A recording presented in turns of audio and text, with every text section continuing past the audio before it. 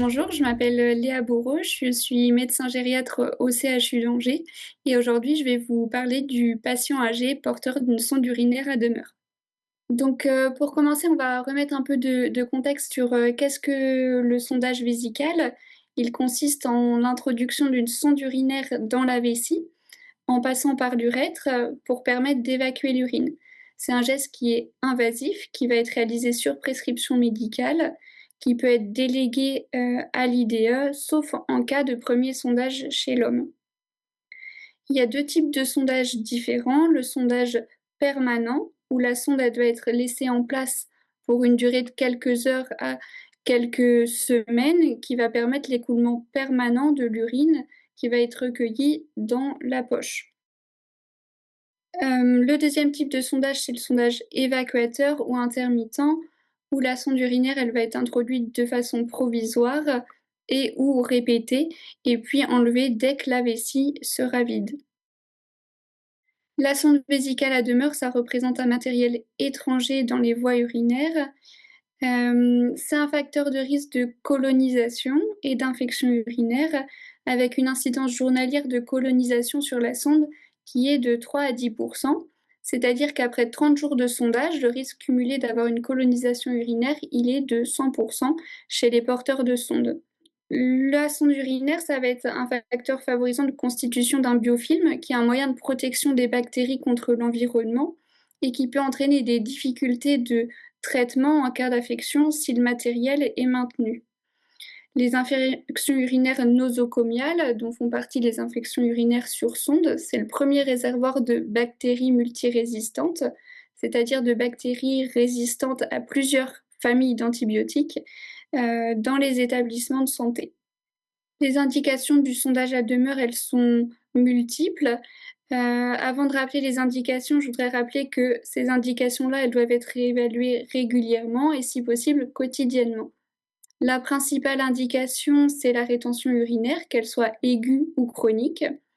Ensuite, il peut exister une indication en cas d'escarre ou de plaie sévère, notamment de la région périnéale, quand on ne peut pas isoler la plaie, des urines du fait d'une incontinence urinaire, malgré, d'autres stratégies mises en place pour gérer l'incontinence et les soins locaux, pour traiter la plaie.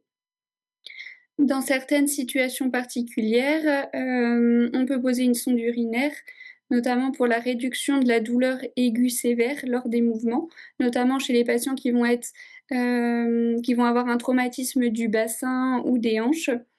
Dans certains cas, pour le confort des patients en fin de vie, on pose également une sonde urinaire et enfin dans la prise en charge d'une hématurie majeure, avec caillot.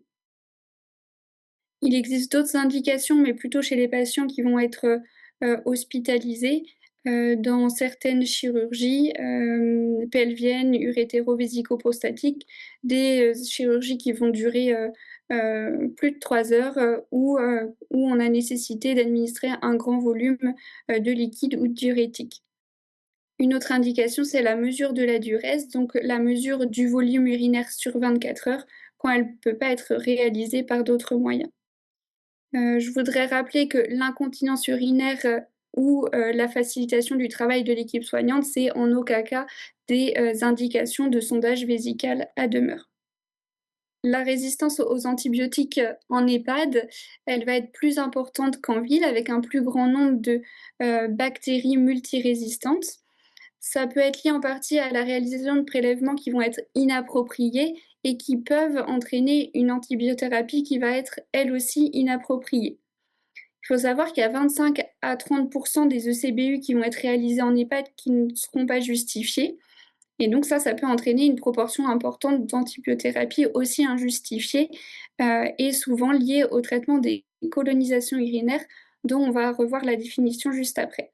Donc l'intérêt de mieux cibler les indications de prélèvement, ça va permettre de diminuer les prescriptions d'antibiotiques inappropriées et donc de limiter le développement de résistances bactériennes. Les infections urinaires en EHPAD, elles représentent 24 à 37 des infections, totales en EHPAD, avec seulement, 69 des infections urinaires traités qui vont être confirmés par un ECBU. Donc c'est-à-dire que dans près de un peu plus de 30 des cas, les infections urinaires, elles vont être traitées sans, documentation microbiologique. Les infections urinaires, ça représente un tiers de la consommation antibiotique des EHPAD et dans ces structures-là, il y a environ 2 de patients qui sont porteurs de sondes urinaires à demeure. Donc pour, arriver, au cœur du sujet, on va voir la différence entre la colonisation urinaire et l'infection, urinaire. La colonisation urinaire, elle correspond à une bactériurie asymptomatique, c'est-à-dire à la présence de bactéries, dans les urines avec un ECBU qui sera positif, mais, pas de signe que ce soit au niveau local ou au niveau général. La colonisation urinaire, elle a une prévalence importante chez la population, âgée, avec 15 à 40 chez les hommes âgés en institution, encore plus avec 25 à 50 chez les femmes âgées en institution et puis comme, je vous le disais tout à l'heure, chez les patients qui sont porteurs d'une sonde vésicale à demeure, la colonisation urinaire, elle va être de 100 au bout, d'1 mois, de portage de sonde. Étant donné qu'il y a pas de symptômes, que ce soit local ou général, même si le CBU va être positif, on ne va pas traiter, ça ne va pas entraîner de traitement antibiotique. L'infection urinaire sur sonde, elle, quand est-ce qu'on va l'évoquer? Eh ben, le diagnostic est un peu plus complexe que l'infection urinaire chez le patient qui ne porte pas de sonde parce que généralement, il n'y a pas de signes, locaux. Étant donné que l'urine va s'écouler en permanence dans la poche de sonde, le patient ne va pas ressentir, de signes particuliers au moment de la miction. Donc on va plutôt l'évoquer, en présence de signes généraux comme la fièvre, l'hypothermie, l'hypotension, la confusion, l'asthénie, l'aggravation de la dépendance fonctionnelle. Ça peut être aussi, dans le cadre de survenue de chutes. Mais il faut savoir que l'infection urinaire sur sonde, c'est un diagnostic d'élimination. Il faut être sûr qu'on n'ait pas une autre cause infectieuse, ailleurs, retrouvée avant de, décréter que c'est une infection urinaire sur sonde. Et donc on va faire un prélèvement urinaire uniquement quand on suspecte cette infection urinaire sur sonde, donc quand on a ces signes généraux dont je viens de vous parler et pas d'autres causes identifiées. Quand est-ce qu'il ne faut pas prélever? Eh ben, tout ce qui est, en lien avec, la couleur, même si les urines sont très foncées, l'odeur, les urines malodorantes ou la présence de dépôts, ce n'est pas des signes qui doivent faire évoquer une infection urinaire. C'est plutôt un signe que les urines sont concentrées et donc à ce moment-là, il faut plutôt hydrater le patient, mais il n'y a pas d'indication à faire un ECBU à ce moment-là. C'est pareil, pas de prélèvement systématique, si le patient il porte une sonde à demeure, même s'il est immunodéprimé, même s'il a une chirurgie, qui est programmée, en dehors, des chirurgies de l'appareil urinaire. S'il est hospitalisé en réanimation non plus, pas de prélèvement et surtout, quand on enlève la sonde ou qu'on va changer la sonde vésicale, il y a pas d'indication à faire un prélèvement systématique non plus à ce moment-là. Comment est-ce qu'on prélève? Eh bien, je vous en ai parlé plusieurs fois depuis le début de la présentation. On va faire un ECBU. Il n'est pas recommandé de faire de bandettes urinaires chez les patients qui sont porteurs de sondes urinaires à demeure et il n'est pas recommandé non plus de changer la sonde vésicale au moment de réaliser le CBU. Le patient sondé à demeure, quand est-ce qu'on va le traiter? Donc quand est-ce qu'on va introduire une antibiothérapie? C'est si on a un diagnostic d'infection urinaire sur sonde confirmé.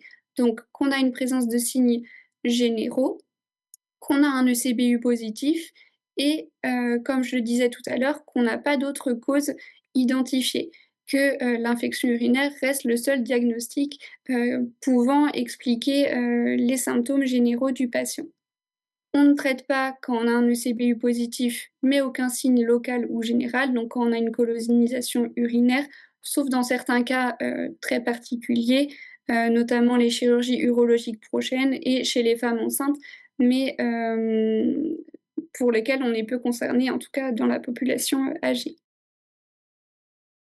Comment est-ce qu'on va traiter? Alors, le plus possible, on privilégie une antibiothérapie différée, une fois qu'on a les résultats de l'antibiogramme, si on n'a pas de signe de sepsis ni de fièvre.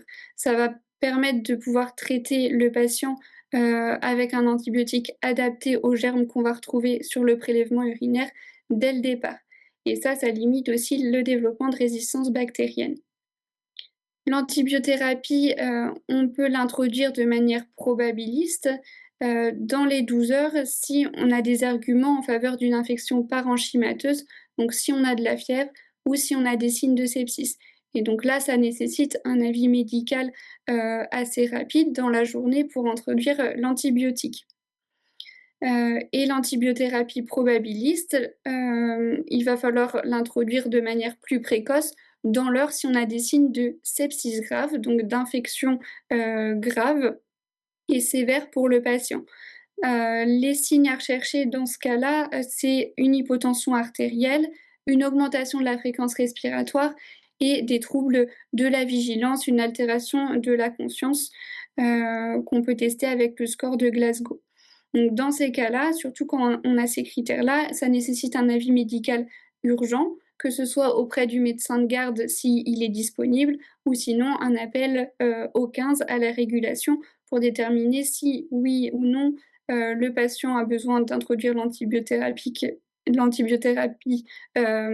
immédiatement, et parfois ça nécessite un transfert aux urgences ou en service, spécialisé. La durée d'antibiotiques, chez les patients sondés à demeure, elle va être la même, que chez les patients qui présentent une infection urinaire sans sonde. La sonde urinaire, qu'est-ce qu'on en fait? Alors si l'infection urinaire sur sonde, elle est confirmée, le plus possible et ben, on l'enlève quand c'est possible, d'où, l'intérêt de réévaluer, quotidiennement l'intérêt du maintien de la sonde urinaire. En revanche, si on a besoin de garder la sonde, il va falloir la changer 24 à 48 heures après le début du traitement, antibiotique. Si c'est une simple colonisation urinaire, donc dans ces cas-là, on ne traite pas et pas de nécessité de changer la sonde.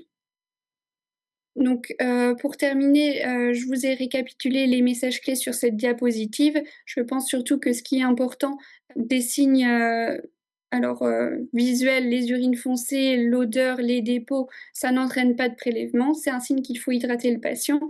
Et ensuite, c'est si on a des signes généraux qu'on peut suspecter une infection urinaire et là, dans tous les cas, ça nécessite un avis médical pour, avant de réaliser le CBU parce qu'on va le réaliser, seulement si on n'a pas d'argument pour une infection ailleurs qu'une infection urinaire et ensuite avec le résultat de l'ECBU, réévaluer encore une fois avec le médecin la nécessité d'introduire une antibiothérapie et au maximum une antibiothérapie, adaptée et différée quand c'est possible. Merci pour votre écoute.